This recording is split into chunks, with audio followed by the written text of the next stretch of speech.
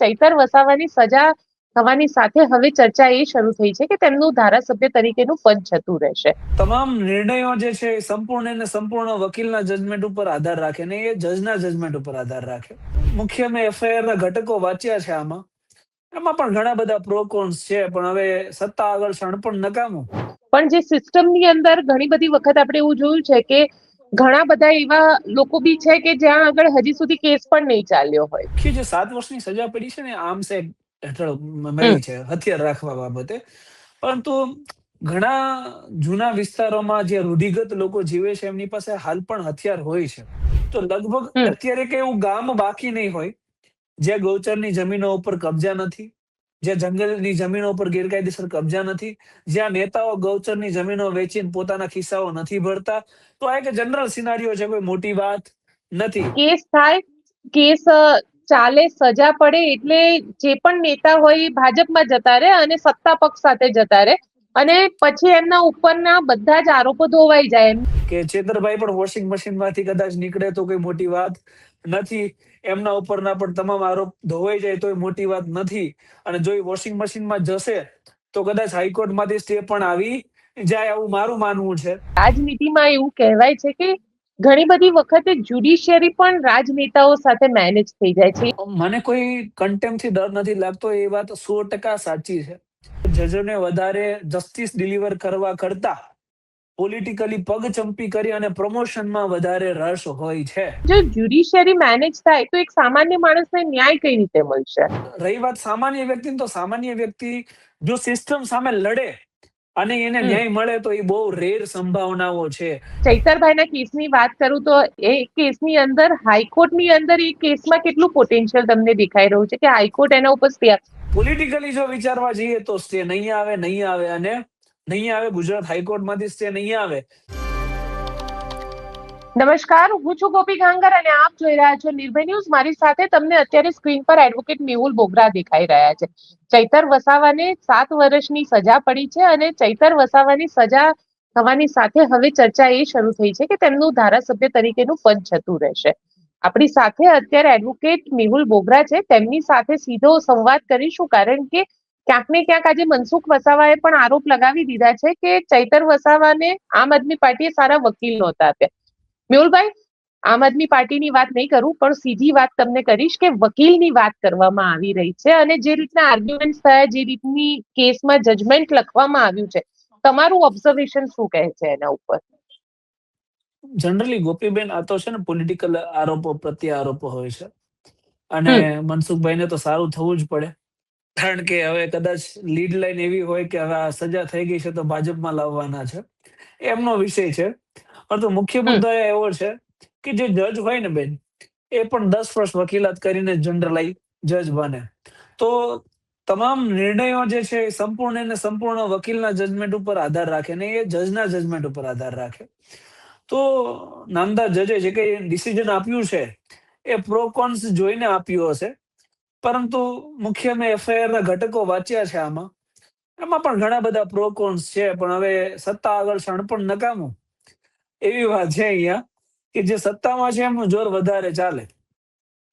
ગોપીબેન, તમે કહી રહ્યા છો સત્તામાં છે એમનું જોર વધારે ચાલે, પણ તમારું પોતાનું ઓબ્ઝર્વેશન શું કહી રહ્યું છે આ કેસની અંદર? ખરેખર જે રીતની 7 વર્ષની સજા છે એ સજાની જોગવાઈ સરકારી કર્મચારી, પણ જે સિસ્ટમની અંદર ઘણી બધી વખત આપણે એવું જોયું છે કે ઘણા બધા એવા લોકો બી છે કે જ્યાં આગળ હજી સુધી કેસ પણ નહીં ચાલ્યો હોય.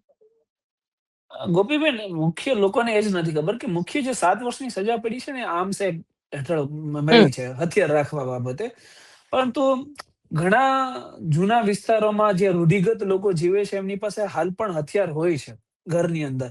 ભલે લાયસન્સ હોય ના હોય એ સેકન્ડરી મેટર છે.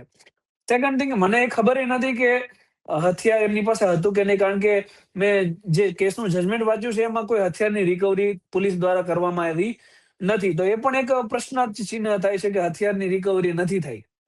અને મુખ્ય આ કેસની અંદર મુદ્દો જે છે એ મુદ્દો છે કે જંગલની જમીન ઉપર કપાસનું વાવેતર કર્યું, એ દૂર કરવા ગયા, પછી સરકારી કામમાં અવરોધ ઉભો કર્યો, સરકારી કર્મચારીને ગાળી ગલોચ કરી, ધમકી આપી, રોંગફુલ અસેમ્બલી કરીને હવામાં ફાયરિંગ કર્યું, જાનથી મારવાની ધમકી આપી, વગેરે વગેરે. પરંતુ જો હું તમને ગુજરાતનો સિનારીઓ કહું ને ગોપીબેન, તો લગભગ હમ અત્યારે કઈ એવું ગામ બાકી નહીં હોય જ્યાં ગૌચરની જમીનો ઉપર કબજા નથી, જ્યાં જંગલની જમીનો ઉપર ગેરકાયદેસર કબજા નથી, જ્યાં નેતાઓ ગૌચરની જમીનો વેચીને પોતાના ખિસ્સાઓ નથી ભરતા. તો આ એક જનરલ સિનારીઓ છે, કોઈ મોટી વાત નથી. ખેડૂતો પોતાની આજુબાજુમાં ગૌચરની જમીનો થોડી થોડી દબાવે, એક જનરલ પરસેપ્શન છે અને આખા ગુજરાતમાં બધા જ લોકો કરે છે જનરલી. તો આ કોઈ મોટી વાત નથી, પરંતુ કહેવાય કે જયારે કોઈ વ્યક્તિ પોલિટિકલી લડતો હોય ત્યારે પોલિટિકલી કેસો આ રીતે થાય, પોલિટિકલી સજા થાય. અને આ કોઈ પેલું ઉદાહરણ નથી. વિક્રમ સૈની યુપીમાં હતા ધારાસભ્ય, એમનું પણ ધારાસભ્ય પદ ગયું હતું, 2 વર્ષની એમને સજા થઈ હતી. પછી હમ કંવરલાલ મીના હતા, બીજેપી માંથી હતા, રાજસ્થાનમાં હતા, તો એમને 3 વર્ષની સજા થઈ હતી. એમને આવો જ કેસ હતો કે ભાઈ પેટા ચૂંટણીના સમયમાં ચૂંટણી અધિકારીને ગન બતાવી હતી, એમનું ધારાસભ્ય પદ ગયું હતું. તો જયારે પોલિટિકલી કોઈ વ્યક્તિ ચાલતો હોય, એમાં વિપક્ષમાંથી ચાલતો હોય, ત્યારે આ બધી તકલીફો પડે. બાકી તમે જનરલ પરસેપ્શનમાં જોવો ગોપીબેન, તો 156 ધારાસભ્યો છે મેજોરિટી પાર્ટીમાં, એમાં 26 થી વધારે ધારાસભ્યો પર ક્રિમિનલ કેસ છે અને 20 થી વધારે ધારાસભ્યો પર ગંભીર આરોપ વાળા ક્રિમિનલ કેસીસ છે. અને એમાં આપણે હાર્દિકભાઈ વાત કરીએ તો ખાલી હાર્દિકભાઈ એકલા ઉપર 22 ક્રિમિનલ કેસ છે. તો વાત અહીંયા એવી છે કે જે સત્તા પક્ષમાં છે એમને જનરલી આટલો મોટો વાંધો આવતો નથી. કેસો તો બધા સરખા જ હોય છે. જનતા માટે જયારે લડતા હોય ત્યારે કેસો થતા હોય. અમે અત્યારે નાનું મોટું જનતા માટે લડીએ છીએ તો 3 ક્રિમિનલ એફઆઈઆર મારી સામે છે. અરજીઓ ક્રિમિનલ પેન્ડિંગ હોય એ બધી અલગ જ, સમજાનું. હમ તો જનતા માટે લડતા હોય તો એફઆઈઆર થવાની છે, સ્વાભાવિક છે. પરંતુ આટલી મોટી સજા પડવી, ધારાસભ્ય પદ ગુમાવવું, આવું વિપક્ષમાં જનરલી થાય, એ એક જનરલ પરસેપ્શન છે, દેશવ્યાપી છે અને જૂની બહુ પ્રેક્ટિસ છે ગોપીબેન. એટલે વિપક્ષમાં હોવાથી, કારણ કે એક પરસેપ્શન એવું પણ છે કે જે રીતે કેસ થાય છે અને આ તમને શું લાગે છે, આ વાત સાચી હોઈ શકે છે કે કેસ થાય, કેસ ચાલે, સજા પડે એટલે જે પણ નેતા હોય એ ભાજપમાં જતા રહે અને સત્તા પક્ષ સાથે જતા રહે અને પછી એમના ઉપરના બધા જ આરોપો ધોવાઈ જાય, એમને કશું જ નહીં, એ ફરીથી એકદમ વોશિંગ મશીનમાં નાઈને આવ્યા હોય એ વાત થઈ જાય. હું તો આ રેકોર્ડેડ લાઈન ઉપર કહું છું, જે પ્રમાણે મેં જજમેન્ટ વાંચ્યું છે અને જે પ્રમાણે હું બધા વાતાવરણને જોઉં છું, કે ચેતરભાઈ પણ વોશિંગ મશીનમાંથી કદાચ નીકળે તો કોઈ મોટી વાત નથી. એમના ઉપરના પણ તમામ આરોપ ધોવાઈ જાય તો મોટી વાત નથી. અને જો એ વોશિંગ મશીનમાં જશે તો કદાચ હાઈકોર્ટમાંથી સ્ટે પણ આવી જાય, આવું મારું માનવું છે. અને વોશિંગ મશીનમાં ગયા વગર જો ડાયરેક્ટ હાઈકોર્ટમાં જવામાં આવે તો કદાચ ના પણ મંજૂર થાય, આવું પણ બની શકે. આપણે કોઈ નામદાર કોર્ટ ઉપર કોઈ આરોપ પ્રત્યારોપ નથી કરતા, પણ એક જનરલ હમ પરસેપ્શન છે ને આવું બધું આપણે જોતા આવીએ છીએ કે જ્યારે લોઅર કોર્ટ હોય પછી એ જ રાજ્યની હાઈકોર્ટમાં જવામાં આવે ત્યારે એ જજમેન્ટ હોય એ સ્ટે રહે, એઝ ઇટ ઇઝ રહે. પછી જયારે સુપ્રીમ કોર્ટમાં જવામાં આવે ત્યારે એકદમ આખું એડવર્સ જજમેન્ટ આવે. આવા પણ આપણે ઉદાહરણ જોયા છે. વકીલ તરીકે જજમેન્ટ વાંચવા એ જ અમારું કામ છે. તો આ જજમેન્ટો જે વાંચીએ એ પ્રમાણે અમને આઈડિયા આવે કે આ કેટલો મોટો કેસ છે, કેટલો નાનો કેસ છે, આમાં કેટલી સજા થવી જોઈએ, કેટલી ના થવી જોઈએ. તો જે પ્રમાણે સજા થાય છે એ પ્રમાણે પોલિટિકલી જનરલી આમાં બધું ચાલે છે. તો આમાં કોઈ મોટી વાત નથી કે કદાચ ચેતરભાઈ પણ દબાવમાં આવે અને વોશિંગ મશીનમાં કાલે ઉઠીને નાઈ લે તો કોઈ મોટી વાત નથી ગોપીભાઈ. પણ મેહુલભાઈ, જનરલી મારે તમારી પાસેથી એ પણ સમજવું છે કે રાજનીતિમાં એવું કહેવાય છે કે ઘણી બધી વખતે જ્યુડિશિયરી પણ રાજનેતાઓ સાથે મેનેજ થઈ જાય છે, એ વાત કેટલી સાચી? મને કોઈ કન્ટેમ્પથી ડર નથી લાગતો. એ વાત 100% સાચી છે કે જ્યુડિશિયરી એ ઇન્ફ્લુઅન્સ હોય છે પોલિટિકલી. રીઝન પણ એનું બિહાઇન્ડ એવું છે કે જજોને વધારે જસ્ટિસ ડિલિવર કરવા કરતા પોલિટિકલી પગચંપી કરી અને પ્રમોશનમાં વધારે રસ હોય છે. એનો મતલબ એવો છે કે ડિસ્ટ્રિક્ટ જજ છે અને હાઈકોર્ટમાં જજ થવું છે, હાઈકોર્ટના જજને સુપ્રીમમાં થવું છે, સુપ્રીમમાં અથવા હાઈકોર્ટમાં જે ઊંચી પોઝિશન ઉપર ચીફ જસ્ટિસમાં અથવા એવી કોઈ પોસ્ટ ઉપર જે જજ છે એમને પછી રિટાયરમેન્ટ પછી રાજ્યસભાની સીટ કન્ફર્મ કરવી છે. અને એવા ઘણા બધા જજો છે જેને પોલિટિકલ લીડરો જે ગુજરાતમાંથી મોટા અત્યારે ભારત લેવલે છે, જેમને એક્વિટલ કર્યા, જેમની સજા માફ કરી, જેમને જામીન ઉપર છોડ્યા, હાલ રાજ્યસભામાં સીટ લઈને બેઠા છે. તો જસ્ટિસ સિસ્ટમમાં જજોને લોલીપોપ ચૂસવો હોય રાજ્યસભાની સીટનો, તો એવા જજો જનરલી પોલિટિકલી ઇન્ફ્લુઅન્સ થઈ અને જજમેન્ટ આપતા હોય છે ગોપીબેન. કારણ કે જે રીતે કોકરોચ જનતા પાર્ટી આવી અને કોકરોચ જનતા પાર્ટીએ પોતાના એક એજન્ડામાં એવું લખ્યું છે કે સુપ્રીમ કોર્ટના જે પણ રિટાયર્ડ જજ છે એમને આગળ રાજ્યસભા કે નહીં આપવામાં આવી, એ પાર્ટીના એ લોકોએ મેનિફેસ્ટોમાં લખી દીધું છે. એટલે સવાલ એ ઉભો થઈ રહ્યો છે કે જો જ્યુડિશિયરી મેનેજ થાય તો એક સામાન્ય માણસને ન્યાય કઈ રીતે મળશે? એટલે હવે તો અહીંયા એવું છે કે જે મસ્ત મોટા પદ ધરાવે છે એમને ન્યાય નથી મળતો. મેહુલ બોગરે પોતાના અંગત કેસમાં કોર્ટના ધક્કા ખાય છે. મેહુલ બોગરાને ક્યારેક ક્યારેક હાઈકોર્ટ દ્વારા એવું કહી દેવામાં આવે છે કે તમને પોલીસના વિડીયો બનાવવાની કોણ સત્તા આપે છે, અને તમે તો આ બધું સીન સપાટા કરવા સ્ટાર્ટઅપ માટે કરો છો.